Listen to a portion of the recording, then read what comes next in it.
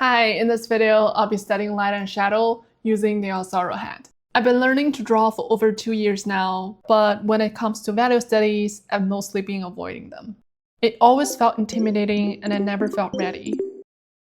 But if I want to get better at drawing, I just can't keep my head buried in sand forever. So today, I'm finally ready and bringing you along for the ride. I'm going to use this free online tool. You can rotate the head, change the direction of the light, and even add a second light source. So, why the Asaro hat? Because with this angular design, light and shadow have an obvious distinction, which makes it so much easier to train our eyes to see different values. At first, I went straight in with a brush pen, mapping and blocking shadows without lay-in.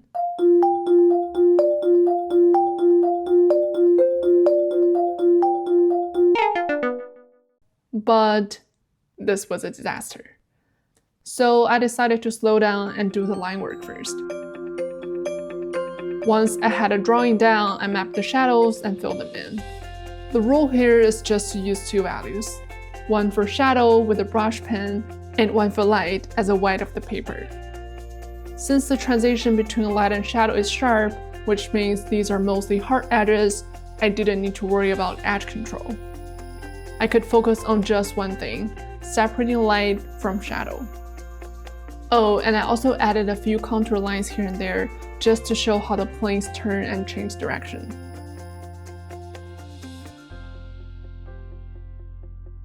Now we need to talk about these brush pens.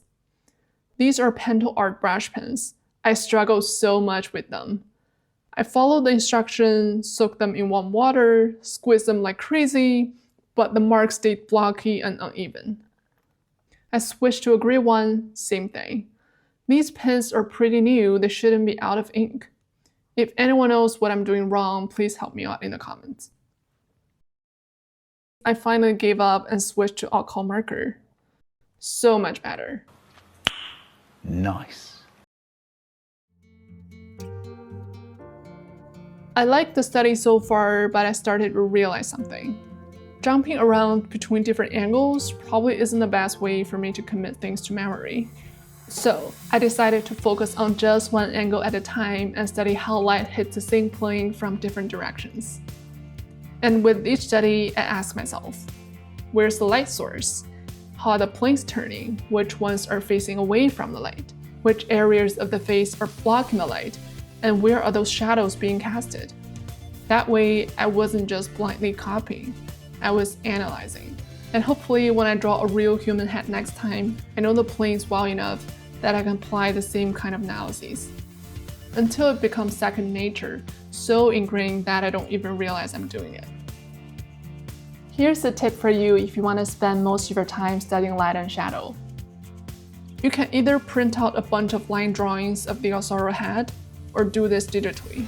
That way you can jump straight into value studies without redrawing the hat every time.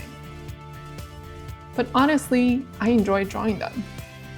It's kind of like solving a jigsaw puzzle where you put pieces together one by one. And by the end, hopefully everything fits together just right.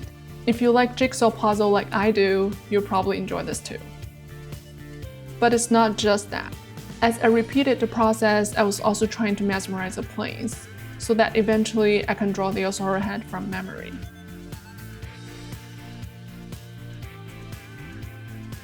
I'll be honest, I started to feel a little bit unsatisfied working with just two values.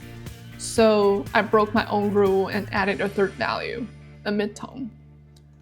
Midtone is part of the light family, but doesn't directly face the light source, which means its value should be closer to the highlight than to the shadow. For these 3/4 views, I went straight in with 3 values. I also sped things up a bit by blocking in the entire shadow area instead of drawing out every single plane, especially in the eye socket. These drawings are simple, but I gotta say, I love how this page turned out. I'm having so much fun. And there's just something really satisfying about filling in a whole shadow area after carefully mapping it out.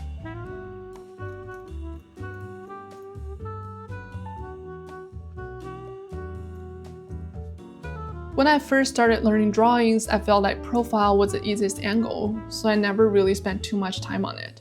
But now, it has become my weakest angle.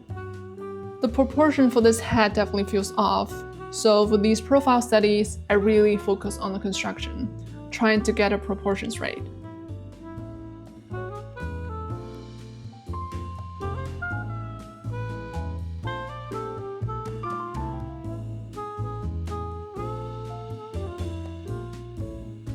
By the time I got to this one, I could see some improvement. Oh, and I also switched to purple just to keep things fun.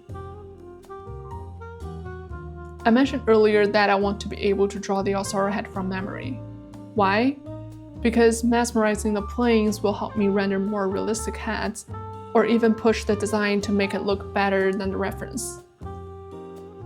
Well, after all these reps, I figured it was time to test myself. How much do I actually remember? So I drew from memory first, then went back in with a different color to correct myself. Honestly, I was pretty surprised. I remembered way more than I expected. When I was first introduced to the Asaro head more than 2 years ago through the Watts online course, they told us to draw it from memory. But I never really tried because it felt hard. Now I'm feeling pretty good about being able to do things I never thought I could. This is how I practice the Asaro head in light and shadow. If you enjoyed watching this, you probably enjoy following along my hat drawing series. Check out this playlist here to see how I practice basic constructions, features, etc. I'll see you over there. Bye!